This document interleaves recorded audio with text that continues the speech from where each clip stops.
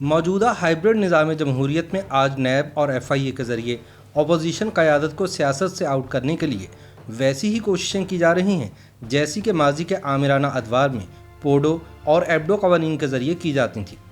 مگر پھر جب وقت بدلا اور جنرل ایوب خان اور ان کے حواریوں کے اقتدار کا سورج غروب ہو گیا تو پھر اقتدار انہی سیاستدانوں کے ہاتھ میں آ گیا جنہیں بڑی محنت سے میدان سیاست سے آؤٹ کیا گیا تھا۔ سیاسی تجزیہ کاروں کا ماننا ہے کہ ایوب خان کے پٹے ہوئے طرز حکمرانی کے مداح آج انہی کے نقش قدم پر چلتے ہوئے سیاسی مخالفین کو میدان سے باہر کرنا چاہتے ہیں، لیکن انہیں ایوب خان کا انجام بھی یاد رکھنا چاہیے۔ پاکستان کے پہلے فوجی آمر فیلڈ مارشل ایوب خان نے پرانے سیاستدانوں کو معمولی الزامات کے تحت میدان سیاست سے آؤٹ کرنے کے لیے بدنام زمانہ ایبڈو قانون کا سہارا لیا تھا،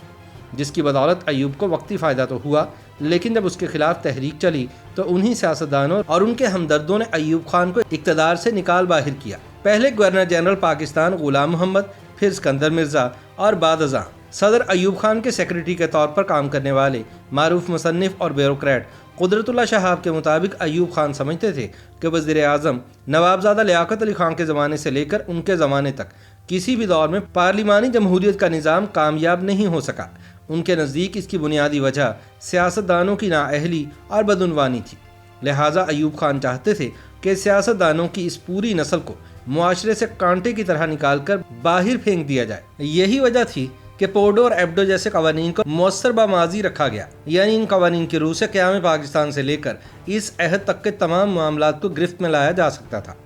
پوڈو اور ایبڈو کے بعد انہوں نے بنیادی جمہوریتوں کا نظام بھی اسی مقصد کے لیے متعارف کروایا تھا۔ پاکستان کے پہلے فوجی حکمران ایوب خان نے اقتدار پر قبضہ کرنے کے چند ہی مہینوں بعد مارشل لاء کے ضابطے کے ذریعے قانون نافذ کیا، جسے الیکٹو باڈیز ڈسکوالیفیکیشن آرڈر کا نام دیا گیا، جو اپنے مخفف ایبڈو کے نام سے معروف ہوا۔ معروف محقق پروفیسر ڈاکٹر حسن عسکری رضوی اپنی کتاب دی ملٹری پالیٹکس ان پاکستان 1947-86 میں لکھتے ہیں کہ یہ قانون دراصل ایک اور قانون پبلک آفیسز ڈسکوالیفیکیشن آرڈر یعنی پوڈو کی توسیع تھا، جو سرکاری حکام اور مختلف درجوں کے افسران کے احتساب کے لیے جاری کیا گیا تھا۔ پروفیسر حسن عسکری کے مطابق اس قانون کا مقصد سیاستدانوں کی بدکرداری، رشوت ستانی، ہیرا پھیری، اقربا پروری اور سوچی سمجھی بدعنوانی کے خلاف کارروائی تھی۔ پاکستان کے چند ممتاز سیاستدانوں نے ایبڈو کے قانون کے تحت الزامات کا سامنا کیا اور وہ سیاست سے نااہل کر دیے گئے، لیکن سیاستدانوں کی ایک بڑی تعداد نے مقدمات کا سامنا کرنے کی بجائے رضاکارانہ طور پر نااہلی قبول کر لی۔ یاد رہے کہ پاکستان میں جمہوریت کو پھانسی پر لٹکانے کی بنیاد قانون ساز اسمبلی نے جنوری سن 1949 میں رکھی، جب public and representative offices disqualification act یا پروڈا نافذ کیا گیا۔ اگرچہ پروڈا کی منظوری 6 جنوری سن 1949 میں ہوئی، تاہم اس کا نفاذ 14 اگست سن 1947 سے کیا گیا۔ گورنر جنرل اور وزیر اعظم نے صوبائی اسمبلی اور مرکزی اسمبلی کے نمائندوں اور وزراء کو پروڈا کی سلیب پر لٹکانے کا آغاز کیا۔ پروڈا کا یہ قانون جمہوریت کو اپاہج رکھنے کے لیے 5 سال تک نافذ رہا۔ سندھ، پنجاب اور مشرقی پاکستان کے سیاستدانوں کے خلاف کل 5 ریفرنس اس قانون کے تحت دائر ہوئے، چنانچہ ایوب کھوڑو، قاضی فضل اللہ، آغا غلام نبی پٹھان اور حمید الحق چودھری نااہل قرار دیے گئے۔ ایوب دور میں 7 اگست سن 1959 کو ایبڈو کا نفاذ عمل میں آیا، جس کے نتیجے میں سیاستدانوں کے گرد شکنجہ مزید سخت کر دیا گیا۔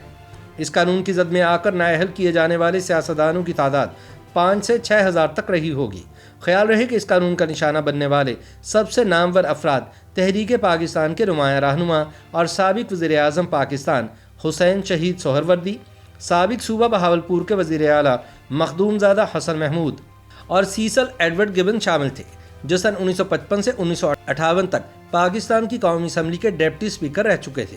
ان چند افراد کے علاوہ سیاستدانوں کی ایک بڑی تعداد نے اس قانون کا سامنا کرنے کی بجائے رضاکارانہ طور پر نااہلی قبول کر لی تھی۔ شہاب نامہ میں قدرت اللہ شہاب نے ایسے 39 افراد کے نام درج کیے ہیں جو قومی زندگی میں نہایت نمایاں مقام رکھتے تھے۔ ایسے افراد میں سابق وزیر اعظم پاکستان ملک فیروز خان نون اور سابق سفیر یوسف ہارون شامل ہیں۔ شہاب کے مطابق بلوچستان سے قائد اعظم محمد علی جناح رحمۃ اللہ علیہ کے بااعتماد ترین ساتھی قاضی محمد عیسیٰ بھی اس قانون کی زد میں آئے۔ اس کے علاوہ سابق وزراء اعلیٰ پنجاب نواب افتخار حسین ممدوٹ اور میاں ممتاز خان دولتانہ بھی اس قانون کی وجہ سے سیاست سے آؤٹ کر دیے گئے۔ سندھ کے وزراء پیرزادہ عبدالستار، قاضی فضل اللہ اور پیر الہی بخش کو بھی اسی قانون کے ذریعے رگڑا لگایا گیا۔ ایبڈو کی وجہ سے سابق وزیر اعلیٰ سندھ محمد ایوب کھوڑو اور بلوچستان کے نواب محمد اکبر خان بگٹی بھی سیاست سے آؤٹ کر دیے گئے۔ ان کے علاوہ سیدہ عابدہ حسین کے والد کرنل ریٹائرڈ عابد حسین، سابق وزیر اعلیٰ سرحد خان عبدالقیوم خان، سابق گورنر مغربی پاکستان نواب مشتاق احمد گرمانی بھی اس قانون کی زد میں آئے۔ قومی اور صوبائی اسمبلیوں کے سابق رکن اور ملک کے 2 مقبول اخبارات پاکستان ٹائمز اور امروز شائع کرنے والے ادارے پروگریسو پیپرز لمیٹڈ کے سربراہ میاں افتخار الدین سمیت بہت سے دوسرے نمایاں اور مقبول سیاستدان بھی اس کا نشانہ بننے والوں میں شامل تھے۔ قدرت اللہ شہاب کے مطابق ایبڈو قانون کے تحت مشرقی اور مغربی پاکستان سے تعلق رکھنے والے 98 ممتاز سیاستدانوں کے خلاف کارروائی شروع کی گئی تھی، جن میں 70 رضاکارانہ طور پر نااہلی قبول کر کے ہمیشہ کے لیے سیاست سے تائب ہو گئے۔ 28 سیاستدانوں نے مقدمہ لڑ کر اپنی صفائی پیش کی، جن میں سے 22 مقدمات ہار گئے اور صرف 6 بری ہوئے۔ مورخین کے مطابق اختلاف کی بنیاد پر سیاستدانوں کے خلاف انتقامی کارروائیوں کا سلسلہ قیام پاکستان کے فوراً بعد ہی شروع ہو گیا تھا، جس کی کچھ مثالیں اس عہد کے ایک ممتاز سیاستدان اور دانشور پیر علی محمد راشدی نے اپنی کتاب روداد چمن میں درج کی ہیں۔ وہ لکھتے ہیں کہ جب کراچی کو سندھ سے لے کر وفاق کا حصہ بنانے کے معاملے سمیت بعض دیگر اختلافات پیدا ہوئے تو وزیر اعلیٰ محمد ایوب کھوڑو کی برطرفی کے بعد ایک ٹرائبونل بنا کر بدعنوانی کے معاملات کی تحقیقات شروع کر دی گئیں۔ یہ پہلا موقع تھا جب ایک سیاستدان کے خلاف بیوروکریسی کو بالادستی دی گئی اور اس کی گواہیوں پر انہیں بدعنوان قرار دیا گیا۔ تحقیقاتی ٹرائبونل نے ان کے خلاف بیشتر بڑے بڑے الزامات خارج کر دیے اور انتظامی نوعیت کے نہایت معمولی الزامات پر انہیں مجرم قرار دے کر 2 سال کے لیے سیاست سے نااہل قرار دے دیا گیا۔ انہوں نے ہائی کورٹ میں اپیل کی تو ان الزامات کو بھی بے بنیاد قرار دے کر انہیں باعزت بری کر دیا گیا۔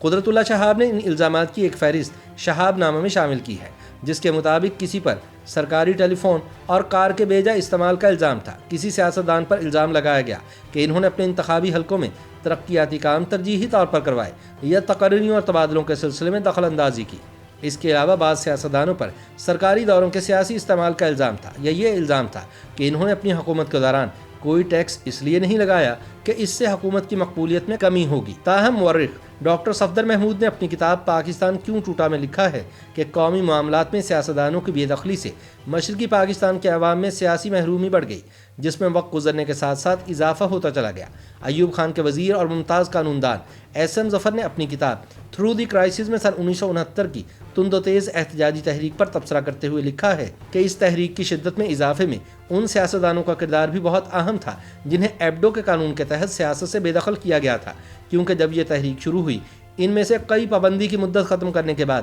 سیاست میں ایک بار پھر سرگرم ہو چکے تھے۔ اس طرح ایوب خان نے اقتدار پر قبضے کے بعد جن سیاستدانوں کو سیاست سے بے دخل کیا تھا، انہی سیاستدانوں میں سے کچھ خود ایوب خان کے زوال کا باعث بن گئے۔ YouTube پر گوگلی نیوز دیکھنے کے لیے youtube.com کی سرچ بار میں googly news T V type کریں۔ گوگلی نیوز کے پیج پر سرخ رنگ کے سبسکرپشن والے بٹن پر کلک کرنا نہ بھولیے۔ YouTube پیج پر اپلوڈ ہونے والی ویڈیوز سے باخبر رہنے کے لیے بیل آئیکن پر کلک کیجیے۔ آپ کو ہر نئی ویڈیو کے بارے میں نوٹیفیکیشن موصول ہو جائے گا۔